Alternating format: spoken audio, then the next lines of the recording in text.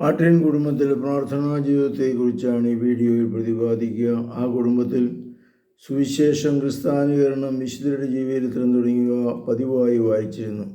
കൊച്ചുത്രേസ്യായ്ക്ക് തനിച്ച് വായിക്കാൻ സാധിച്ച ആദ്യത്തെ വാക്ക് സ്വർഗം എന്നായിരുന്നു. അവധി ദിവസങ്ങളിൽ വീട്ടിൽ തനിച്ചായിരിക്കുമ്പോൾ മുറിയിൽ കട്ടിലിൻ്റെ പിറകിലുള്ള ഒഴിഞ്ഞ സ്ഥലത്ത്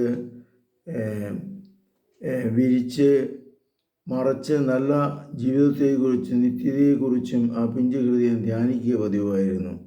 അവളുടെ ചേച്ചിമാരും ആത്മീയമായി വളരുവാൻ കൊച്ചുത്രേസ്യയെ നിരന്തരം സഹായിച്ചുകൊണ്ടിരുന്നു.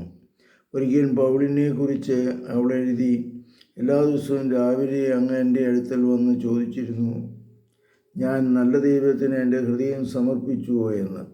ഉടനെ ദൈവത്തെക്കുറിച്ച് സംസാരിച്ചുകൊണ്ട് അങ്ങ് എന്നെ വസ്ത്രം ധരിപ്പിച്ചിരുന്നു. അനന്തരം ഞാൻ അങ്ങയുടെ അരികിൽ നിന്ന് പ്രാർത്ഥനകൾ ചൊല്ലും.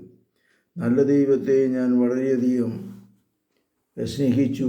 അമ്മച്ചി തന്നെ പഠിപ്പിച്ച പ്രാർത്ഥനകൾ ചൊല്ലി എൻ്റെ ഹൃദയം ഞാൻ അവിടത്തേക്ക് സമർപ്പിക്കുമായിരുന്നു.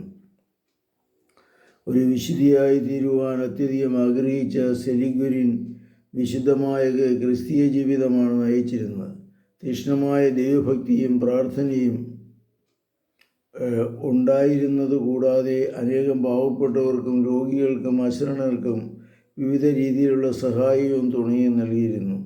പല വർഷങ്ങൾ നീണ്ടു നിന്ന സ്തനാർബുദം മാറും എന്ന് പ്രതീക്ഷിച്ച് ചികിത്സിക്കുകയും പ്രാർത്ഥിക്കുകയും ചെയ്തുകൊണ്ടിരുന്നു.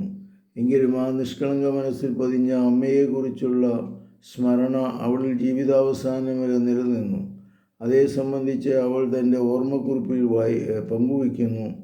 നമ്മുടെ പ്രിയപ്പെട്ട അമ്മച്ചിയുടെ ദിനം സംബന്ധിച്ച വിശദ വിവരങ്ങളെല്ലാം ഇപ്പോഴും എൻ്റെ ഓർമ്മയിലുണ്ട്.